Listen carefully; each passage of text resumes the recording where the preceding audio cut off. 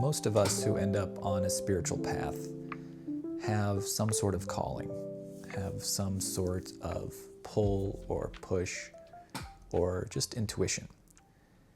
And for so many years, I thought this was a divine calling.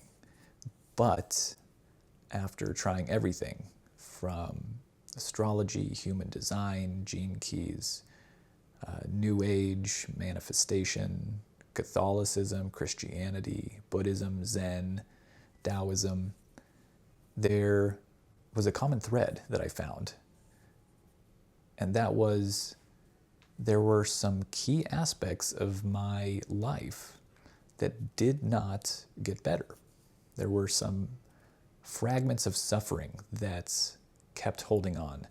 And no matter how much I meditated, how much I read, how much I served, there was still an undercurrent of anxiety and discomfort, and just dissatisfaction. And you may be feeling this too. That's what I had to uncover about the reality of my life, is that there were still some aspects of myself that I was not willing to look at, that I was not willing to see that was causing this continued anxiety, addiction, suffering in my life. And it's so easy to get pulled into the spiritual path because there is a seed, right? There is something that calls us to that. But most of the time we don't ever slow down and really see what is driving that. Meaning there is often a safety that is going to be associated with some type of spiritual path. Our identity and our psyche was formed long before we decided to go down a spiritual path. Very early childhood is what crafted the yearning and the longing to be considered perhaps a spiritual person or a good person or a kind person.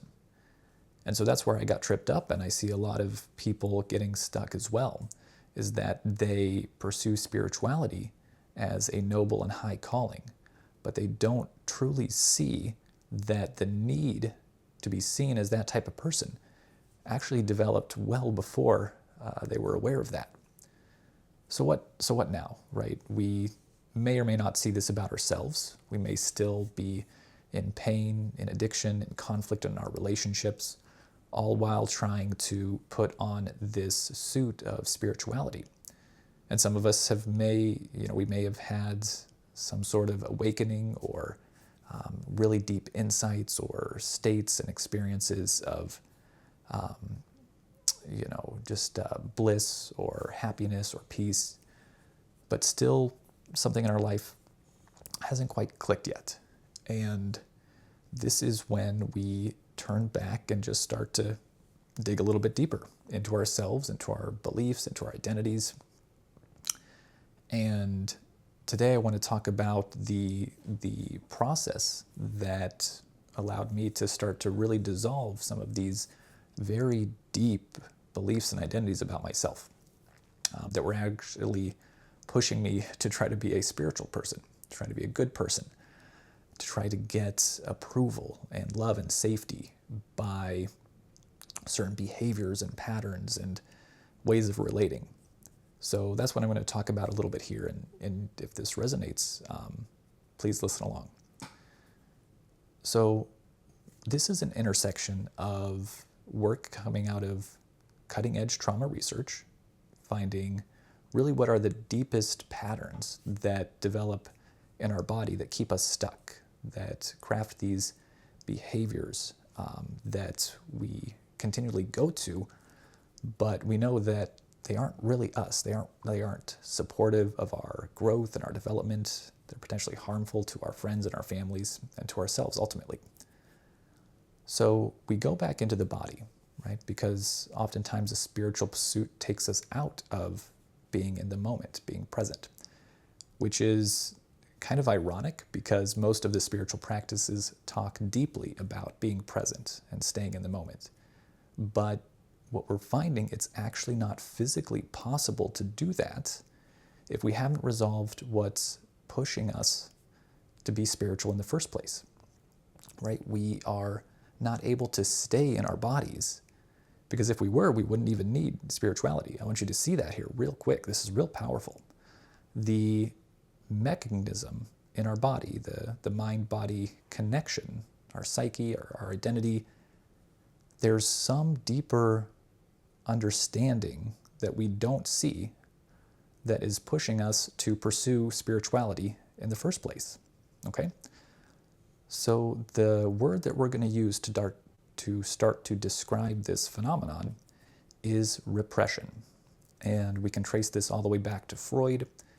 But for today, just a brief description is a mechanism of keeping down certain aspects of our experience, typically emotions, repression, pressing them down, keeping them down, to the level that we are not aware of them. Okay, they are unconscious. So just take a minute and let that sink in. There are aspects of ourselves that we are not aware of. And of course, you might say, well, obviously, duh, we're always learning and growing and developing. But the key here, the difference is this repression, we are actively pushing it down. Okay, so we're actively avoiding it as part of trauma responses. You know, this ties into modern psychology, and we're seeing the trauma responses: fight, flight, freeze, and fawn. We're going to tie those in because those words help us understand what's really going on here. Okay, so back to repression. It's an active mechanism within ourselves that is always continuously pushing down key parts of our experience that are too dangerous, unsafe, or overwhelming to bring into our conscious awareness. Okay, so for example, a good example here, we typically see two types of repression: hurt and sadness, and anger, kind of on the other side. So for example, an anger repressor is what somebody may experience when they're a very young child and they are maybe too loud, too aggressive for their parents. So there's a shutdown, a disconnection that happens. The parents scold or isolate this child. And that child learns very quickly, almost immediately, the unconscious nervous system starts to correlate. If I get angry, I'm going to lose love, safety, and protection.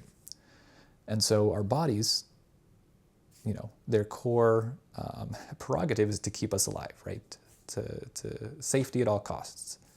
And so the emotion is then directly correlated to death, right? If you cannot connect and get the love and safety of your parents or your caretakers, that could be a very swift end for you.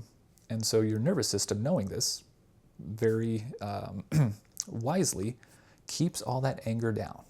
And it keeps it so far down that we are never going to be aware of it again, because the nervous system learned that is the quickest path to potential death. So we are going to do everything in our power to never, ever, ever, ever feel that again. And from that, we start to build our identities, our egos, right? Our personality, all with this undercurrent continually running and something we are not even conscious of, this undercurrent of always being angry and never being able to feel it, and especially never being able to express it. And so as you can imagine, from that comes a whole host of different manifestations: people-pleasing, passive-aggressive, subtle forms of manipulation, all these ways that we are attempting to authentically connect with each other, but we're doing it without the core emotion of either anger, or hurt or sadness. And so you can see just what an impossible loop this puts us in. And we see this a lot back to spirituality, the seeking, always thinking that something's a little bit wrong with us, right? Something doesn't feel quite right. And if we can put on a mask or a facade of spirituality, well, that's great if I can't express anger.